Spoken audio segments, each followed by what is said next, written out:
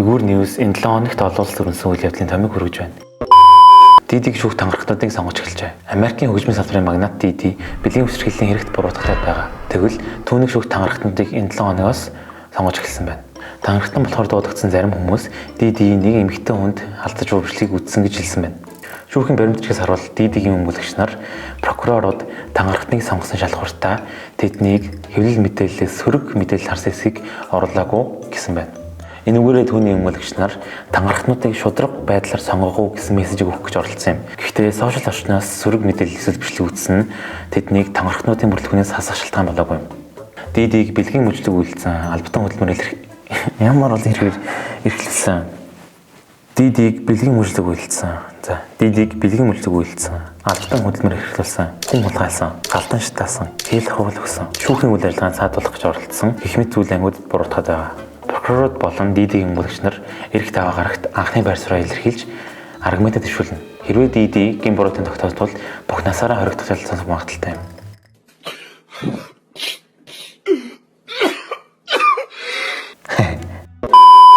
Америкийн нэгдсэн улс гадаад кинонд 100% татвар онох уу?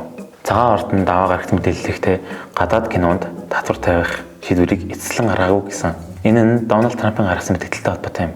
Трамп нэм гарагт мэдээлэлтэй дотоодын салбар нь хурдан бохиж байгаа тул гадаад кинонуудад 100% татвар ононо гэсэн юм. Тэгвэл цагаан ордны хэвлэлч Куштэй сая гадаадын кинонд тариф онох талаар эцэг шийдвэр гаргаагүй байгаа. Гэхдээ засаг ерөнхийлөгч Трампын өгсөн шийдлийг хэрэгжүүлэхийн зэрэгцээ манай улсын үндэсний болон эдийн засгийн аюулгүй байдлыг хамгаалж Холливуудыг дахин аваа болгох бүх хувилбаруудыг судалж байна гэсэн юм. Трамп өөрийн сошиал хуудас дээр гадаад киноны талаар бичгтээ энэ бол бусад үндэстнүүдийн нэгдэн явуулж өгсөн шармалт. Тиймээс үндэсний аюулгүй байдал занлтгилж байгаа хэрэг. Бусад бүх зүйлс гадна энэ бол мессеж сурталх ухаалаг гэсэн юм. Гадаад кинонуудад тариф оноо гэх мэдээлэлтэй холбогдуулан кино болон нэвтрүүлгийн стриминг үйлчилгээ эзүүлдэг Америк компаниудын хувьцаа онсон байна. Германы канцлераар Фридрих Мерц томилогдсон. Германы канцлераар CDU болон CSU эвслийн намын эвслийн. Германы канцлераар CDU болон CSU намын эвслийн дарга Фридрих Мерц мямар гарагт томилогдсон байна. Тэр SPD намтай тохиролцож канцлераар сонгогдох санал хураалтыг 2 дахь удаага явуулж байж амжилт болсон байна. Мерц 325 санал авсны үр дүнд канцлераар томилогдсон юм. Тэр канцлер болохын тулд Германы парламентын 630 хууль тогтоогчийн 318 нь дэмжин санал өгөх шаардлагатай байсан юм. Эхний санал хураалтаар Мерц ердөө 310 санал авсан.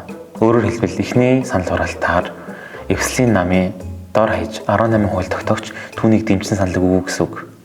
Ингэснээр Мерц анхны санал хураалтаар канцлер болж чадаагүй анхны улс төрчилсөн байна. Азгүй гост. Энэ асуудал эвслийн намууд хоорондын үл итгэлцлийн асуудлыг улам бүр дамжуулна гэж шинжиж үзэж байна. Европын холбоонд хүчтэй мандал хэрэгтэй байгаа энэ үед Мерцийн эвслийн намууд докторгүй байгаа гэдгийг энэ хоёр санал хураалт харуулв. Европын гадаад харилцааны зөвлөлийн Берлин дэх төлөөлөгчийн газрын тэргүүн Яна Пуглерийн Европын гадаад харилцааны зөвлөлийн Берлин дэх төлөөлөгчийн газрын тэргүүн Яна Пуглерийн хэлэхдээ Герман улс өөрийгөө доктортой байдлын зангав. Европыг дэмжих хүчрэг орно гэдгээ баттгах гих найдварыг Европ даяар тээж байлаа. Тэр итгэлэнтэй дарагдав гэсэн байна. Мерц канцлераар томилогдсныхаа дараа Америк нэгдсэн улсын засгийн газрыг Германы дотоод улс төрд оролцохгүй байхыг уриалсан юм. Тэр ZDF телевизтэй ярилцахдаа Трампыг гаргасан сонгуульд би хөндлөнгөөс оролцоогүй гэсэн байна. За дөрөвдөх нь шүү дээ. Шинэ Паблам Петров лав гарагт Ром хотноо дэлхийн өнцөг болон бүрээс кардиналууд ирж Систиний сүмд хурал эхлүүлсэн. Тэдний зорилго бол дараагийн Папламыг сонгох. Кардиналууд Папламыг сонгох эхний өдрийн санал хураалтаар Францисыг заламжлах хүнийг тодорхойлж чадаагүй юм. Систиний сүм Паблам тодорсон эсхийг яндангаараа утаа гаргах байдлаар илэрхийлдэг. Хэрвээ хар утаа гарвал Паблам тодорхойг илэрхийлнэ. Харин цагаан утаа гарвал Паблам тодорсныг илэрхийлнэ. Тэгвэл 2 дахь өдрийн санал хураалтаар Систиний сүмээс цагаан утаа сунгалж. Тэгвэл 2 дахь өдрийн санал хураалтаар Систиний сүмийн яндангаас цагаан утаа гарч Америк нэгдсэн улсын кардинал Роберт Префост дараагийн папаар тодорсон юм. 69 настай тэр бээр 14 дугаар Лео нэрийг авсан байна. Ингэснээр 14 дугаар Лео Гиген Петрийн сэмтийг залрах 267 дахь хүн болсон байна. 267 пап байсан байх та. Тэ. Шүү дээ. 14 дугаар Леон Америк нэгдсэн улсаас тодорсон анхны пап юм. Пап Ламиуд хэлсэн анхны үгэндээ тэр өмнөх пап Францисийн талаар иржээ. Тэр хэлэхдээ биднийг ажилласан пап Францисийн зөрөгтэй үг. Одоо ч гэсэн чихэнд бин сонсогдож байна гэсэн юм. 14 дугаар Леон пап Францисийн хийсэн шинжилгээг дэмждэг хүн гэгдэж буй. Тэр бээр цаашлал болон хүрээлэн борчин гэх асуудал дээр Пап Францистэй ижил үзэл бодолтой гэж их сурвалжууд мэдээлж байна. Энэтхэг Пакистаны хурцмал байдал. Лав гарагт олон улсын хурцмал байдлыг нэмэгдүүлсэн хэрэг гарсан. Энэтхэгийн зэвсэг түвшин Пакистанд агаарын цохилт өгч. Үүний хариуд Пакистан их буугаар цохилт өгсөн байна. Үүний улмаас олон армун бэрсэж гэмтэн амьдсан алдсан юм. Пакистан мэдгдснээр лав гарагт энэтхэг 3 байрлал цохилт өгсөн байна. Энэтхэгийн тал мэдээлэлтэй террорист бүлгийн байрлалуудад цохилт өгсөн гэсэн юм. Жаму, Батхангот, Удханпур дахь зэвсэг түвшний станцуудад дрон буужингаар Пакистан алдсан байна. Харин Пакистан уг явдал дээр мэдээлэлтэй бүгд үнэлэлгүй. Улс төрийн зорилготой мэдээлэл. Пакистаны гутамд амлах зорилготой Уваго компанид ажлын нэг хэсэг гэсэн юм.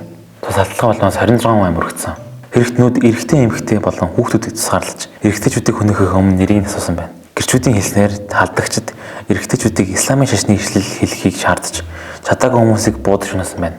Энэтхэг улс тус алдагыг үйлдсэн 3 этгээдийн 2 нь Пакистанаас хил даван орж ирсэн гэж үзэж байгаа. Ийм учраас энэтхэг 1960 онд хийгдсэн Инд мөрний усны гэрийг төдөлгөлүүлсэн байна. Тус гэрээний тусламжтай Пакистан улс Инд мөрний усыг ашиглан хөдөө аж ахуйн услахааныхаа 80% хийдэг байсан юм. Дэлхийн банк 2 улсын хооронд зуржилж үүсгэсэн энэ хүүгээрээ энэтхэг Пакистаны 2 житэнийг даван тулсан. Гэвч өнгөрсөн сарын террорист талдаа улмаас нуруу өнөв. Усны гэрийг цуцлын хариу арга хэмжээ олгон Пакистан энэтхэг агарын тээврийн компаниудыг агарын орон цагийг ашиглахыг хариулсан юм. Тусчлаа шүү.